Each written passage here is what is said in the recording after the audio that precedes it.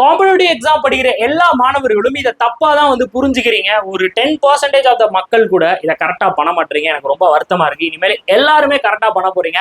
வருத்தத்தை நான் வந்து அப்படியே தொடச்சிக்கிறேன். வாங்க, எப்படி இருக்கு அப்படின்னா ரூட் ஆஃப் 25% மைனஸ் 5% இதோட பர்சன்டேஜ் வேல்யூ என்ன அப்படின்னா, எல்லாருமே டக்குன்னு என்ன சொல்லிடுறீங்க? 0%. எத்தனை பேர் நினைச்சீங்க? சொல்லுங்க பார்க்கலாம். எத்தனை பேர் 0% இருக்கீங்க? 0%னா தப்பு.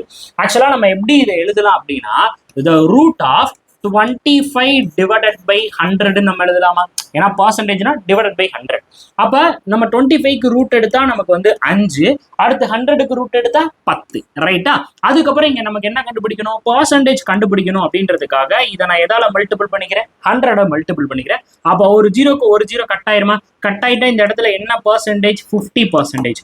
அப்போ 50%ல இருந்து நான் எதை சப்ராக்ட் பண்ண போறேன்? மைனஸ் 5% சப்ராக்ட் பண்ண போறேன். அப்ப எனக்கு என்ன கிடைச்சிருக்கும் அப்படின்னு பாத்தீங்கன்னா 45%, ரைட்டா?